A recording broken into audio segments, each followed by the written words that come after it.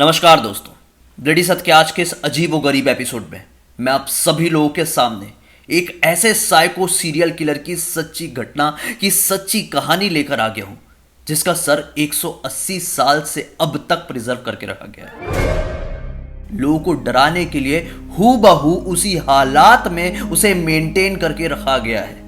इसको फांसी लगने के बाद इसका सर काट दिया गया था। आखिर क्या हुआ था ऐसा? किस तरह का इसका दिमाग था? इसने अपनी जिंदगी में किस तरह के कांड कर दिए थे कि 180 साल से सही सलामत उसके सर को रखना पड़ा? आज के इस वीडियो में आप लोगों को जानने को मिलेगा। इसकी वाकया की शुरुआत होती है सन 1810 से। 1810 में स्पेन के एक छोटे से शहर में एक लड़के का जन्म होता है। ये एक बहुत ही गरीब परिवार का लड़का था। गरीब परिवार के होने की वजह से 13-14 साल की उम्र में ही इस लड़के के पिताजी इस लड़के को पुर्तगाल कमाने के लिए भेज देते हैं। ये लड़का, जिसका नाम था डियागो एल्विस, ये पुर्तगाल पहुंच जाता है और 13-14 साल की उम्र से ही कचरा उठाना, लोगों के घर में साफ सफाई करना, ऐसे छोटे मोटे काम करना शुरू कर देता है। अब इस तरह के काम करने पर उसे मेहनत बहुत ज्यादा लग रही थी, लेकिन कमाई बहुत कम हो रही थी। ये जैसे तैसे करके अपनी जिंदगी काटे जा रहा था। एक दिन ये सुबह सुबह सड़क पर झाड़ू लगा ही रहा था कि अचानक से उसकी नजर कुछ 4-5 लोगों पर पड़ती है। वो नोटिस करता है कि कुछ काम धंधा करने वाले लोग तो दिखाई नहीं दे रहे हैं, लेकिन यार इनकी जो लाइफस्टाइल है बड़ी ही अलग दिखाई दे रही है। इनके हाथ में महंगी सिगरेट थी, महंगी शराब थी और पूरी अय्याशी से मौज मस्ती करते हुए घूम रहे थे। ये बात है पुर्तगाल के लिस्बन नाम के शहर की। अब कुछ दिनों तक वो लोग वहीं पे आते रहे। इसने उनको नोटिस करना शुरू कर दिया था। जब भी वो जहां जाते थे उनका ये पीछा करने लगता था। कुछ दिनों बाद इसके समझ में आ गया, भाई ये सचमुच में निठल्ले लोग हैं और ये क्रिमिनल हैं।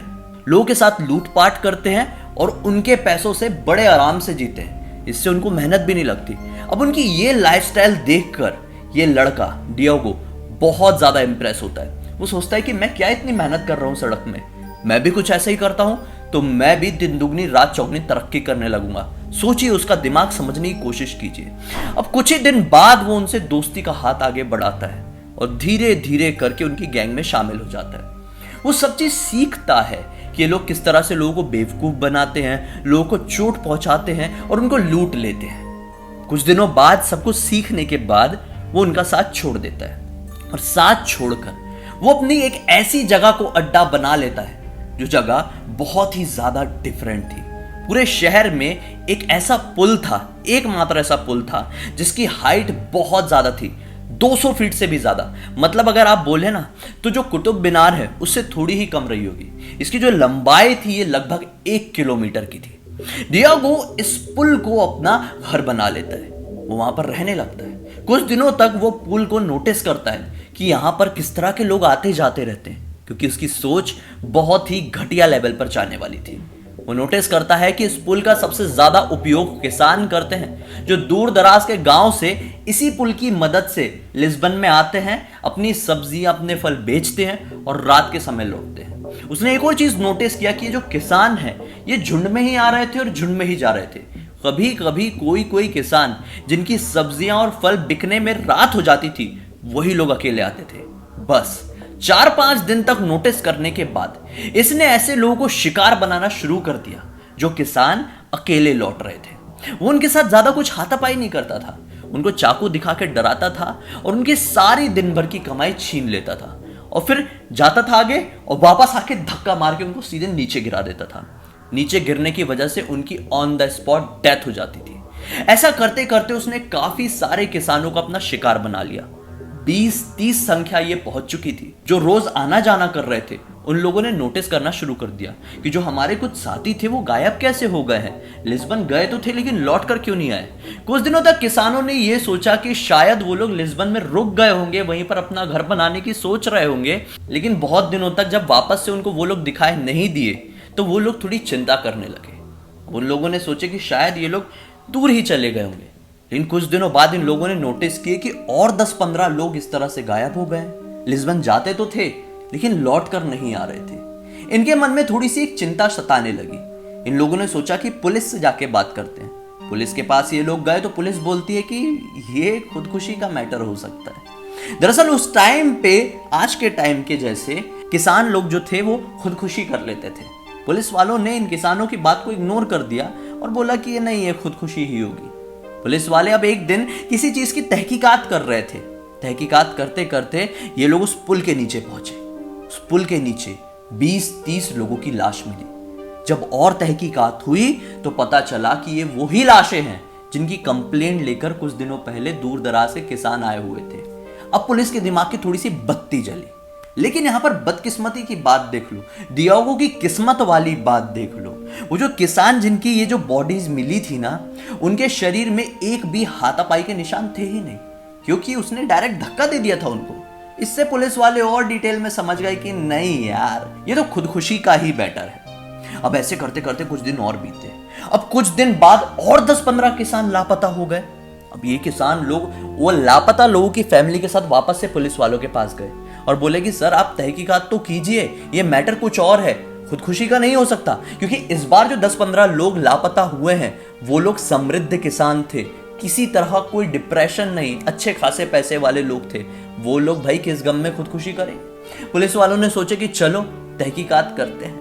अब डियागो की बदकिस्मती की बात देख लो। डियागो ने ऐसे 10-15 लोग जो अभी अभी लापता हुए थे ना, उनके साथ हाथापाई भी किया था और उनको चाकू मार के नीचे धक्का भी दिया था। उन लोगों की बॉडीज इस बार पुलिस वालों को मिल गई। पुलिस वाले देखकर समझ गए कि ये मैटर खुदकुशी का नहीं है, गारंटी नहीं है। डियागो ने ये गलती कर दिया था, ओवर कॉन्फिडेंट हो गया था कि मुझे कोई पकड़ नहीं पा रहा है, मैं तो बस ऐसी धक्का मार के गिरा देता हूं, कितना मजा आता है, इनको चाकू मारूंगा तो और कितना ज्यादा मजा आएगा। उसने ये हरकतें करना शुरू कर दिया था। अब वो धीरे धीरे साइको होते जा रहा था और उसकी साइकोनेस के चलते उसने गलत कदम उठा दिए। मतलब उसकी नज़र में, दुनिया की नज़र में तो अच्छे, उसने अपनी नज़र में गलत कदम उठा दिया, अपने तरीके से गलत कदम उठा दिए, उन लोगों के ऊपर वार कर दिया, उसके बाद धक्का दिया। पुलिस वाले अब समझ चुके थे कि ये मैटर किसी एक किलर का है। पुलिस वालों ने अपने घोड़े खोल दिए और पूरे शहर में नाकाबंदी कर दी, स्ट्रिक्ट हो गए। अब उस पुल में काफ़ी ज़्यादा पहरेदारी बढ़ा दी गई। अब काफी ज्यादा जब पहरेदारी बढ़ाई गई तो डियागो भी सोचो किस लेवल का क्रिमिनल था। इसने छोटे मोटे क्रिमिनल्स को पकड़ा और बोला कि हम लोग ऐसा ऐसा करेंगे, बहुत पैसे कमाएंगे, इन लोगों को मारेंगे, ऐसा कर देंगे, वैसा कर देंगे। ऐसा करते करते उसने अपना ग्रुप बना लिया। अब वो लोग ग्रुप में वहां पर शिकार करना शुरू कर दिए थे। अभी भी लोगों की जो डेथ रेट थी वहां पर कम नहीं हो रही थी। अब पुलिस वालों को चिंता सताई, वो लोग सीधे सरकार के पास पहुंचे और सरकार को बोले कि ये पुल को हमें बंद करना पड़ेगा, यहाँ पे मैटर थोड़े ज्यादा बढ़ रहे हैं। कुछ दिनों बाद उस पुल को बंद कर दिया गया। अब जब वो पुल बंद हुआ तो डियागो और उसकी गैंग थोड़ी शांत हो गई।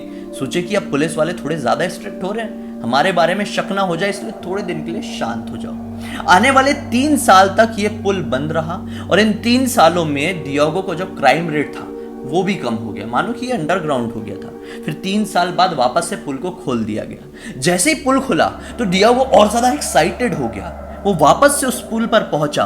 अब उसने किसानों को देखा तो उसके मन में वो जो आग होती है ना, वो वापस से नहीं है। इसने सोचा ये लोग गरीब हैं, इनको लूट के क्या करूंगा। उसने सोचा कि अब मैं अमीरों को लूटूंगा, जो यहाँ के डॉक्टर्स हैं, यहाँ के इंजीनियर्स हैं, यहाँ के बड़ी बड़ी पर्सनैलिटीज हैं, उनको जाके लूटूंगा और ऐसा लूटूंगा ना कि इतना सा भी कोई पता नहीं कर पाएगा हमारे बारे में। उसने वापस से अपनी टीम को बुलाया और अपना आइडिया सुनाया।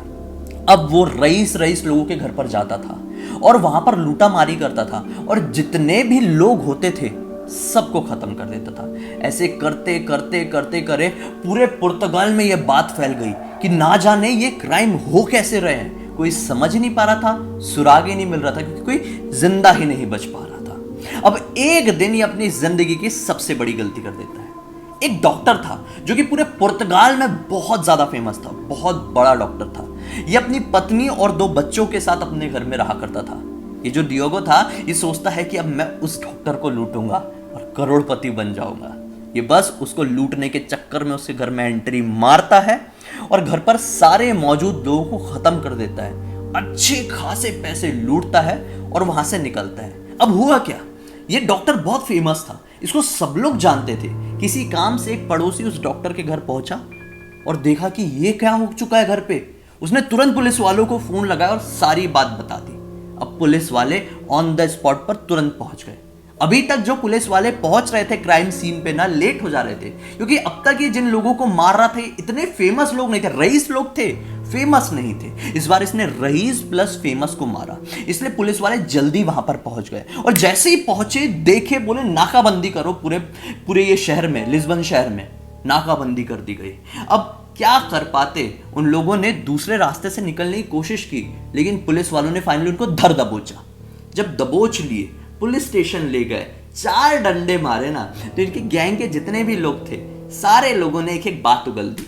अब जितने भी गैंग मेंबर्स थे ना, इन लोगों के कुछ ना कुछ पास्ट क्राइम रिकॉर्ड्स थे ही, लेकिन एक लड़के के क्राइम रिकॉर्ड नहीं थे। ये शांत पीछे की तरफ खड़ा था, ये सबसे कम उम्र का था, केवल इसकी उम्र यही कोई 20-21 साल की रही होगी, एकदम चुपचाप खड़ा है। उसके जब रिकॉर्ड्स को खंगाला गया तो एक भी क्राइम रिकॉर्ड नहीं, लेकिन जब फिर से पुलिस वालों ने अपने तरीके से इससे उगलवाने की कोशिश की तो काफी देर बाद इसने उगलना शुरू किया और बताया, मैंने अपनी जिंदगी में 70 से ज्यादा लोगों को मारा हूं। मिनिमम 70 तो याद है, मैक्सिमम याद ही नहीं है। पुलिस वालों ने जैसे ये बात सुने, पुलिस वालों का दिमाग हिल गया, क्योंकि पूरे पुर्तगाल के इतिहास में कोई ऐसा आदमी नहीं आया था जिसने 20-21 साल की उम्र में 70 से ज्यादा लोगों को खत्म कर दिया था। वो दिमाग से थोड़ा साइको था, उसको कैसे डील करें कोई समझ ही नहीं पा रहा था। लेकिन फिर से अच्छे से उसको अपना 3rd degree 4th degree torture दिया गया और फिर उसने एक एक चीज़ अपने बारे में बताया कि कैसे उसने 3 साल पहले किसानों के साथ भी यही सब कुछ किया था। अब पुलिस वालों को समझ में आया इसने 70 नहीं 170 से भी ज़्यादा लोगों को मारा होगा। पुलिस वालों ने तुरंत इसका केस दाखिल कर दिया कोर्ट में डाल दिया उसका केस, और जल्द से जल्द वहां के जज ने उसको फांसी की सजा सुना दी। सन 1841 में उसको बीच सड़क में पूरे शहर के सामने फांसी दी गई थी। अब उसकी फांसी से कुछ ही दिन पहले ना कुछ साइंटिस्ट और मेडिकल टीम कोर्ट पहुंची और वहां पर कहे कि भाई आप इनको जो फांसी दे रहे हो, ये क्रिमिनल को फांसी देने के बाद इनका सर हमको दे देना। हम इनके दिमाग पर रिसर्च करना चाहते हैं, जानना चाहते हैं कि इस तरह के लोग जो होते हैं ये कैसी सोच रखते हैं, इनकी दिमाग की नसें कैसी होती है, इनकी कोशिकाएं कैसी होती है जो इनके दिमाग में ऐसी ऐसी सोच पैदा हो जाती है। कोर्ट ने भी कह दिया कि हाँ ले लो। कुछ दिन बाद इसको, जैसा मैंने बताया, पूरे शहर के सामने फांसी दी गई। पूरा शहर इसको देखने के लिए आया था और जैसे ही फांसी दी गई इसका सर काट के सबके सामने वो मेडिकल टीम को सौंप दिया गया। वो मेडिकल टीम ने एक बड़ी यूनिवर्सिटी में उसको कुछ केमिकल की मदद से प्रिजर्व करके रखा और कुछ दिन बाद तक उसके ऊपर रिसर्च किया, और रिसर्च में पता नहीं क्या रिजल्ट आया क्या नहीं, लेकिन वो टीम ने ये डिसाइड कर लिया कि हम इस सर को यहां से बाहर नहीं निकलने देंगे और आने वाले जितने समय तक पॉसिबल होगा प्रिजर्व करके रखेंगे। पता नहीं उनको ऐसा क्या पता चला, ये दुनिया में तो नहीं आया लेकिन दुनिया में आ गया उस इंसान की शक्ल। आज 180 साल बाद भी और शायद आने वाले 280 साल बाद भी आप उस इंसान की शक्ल देख सकते हो।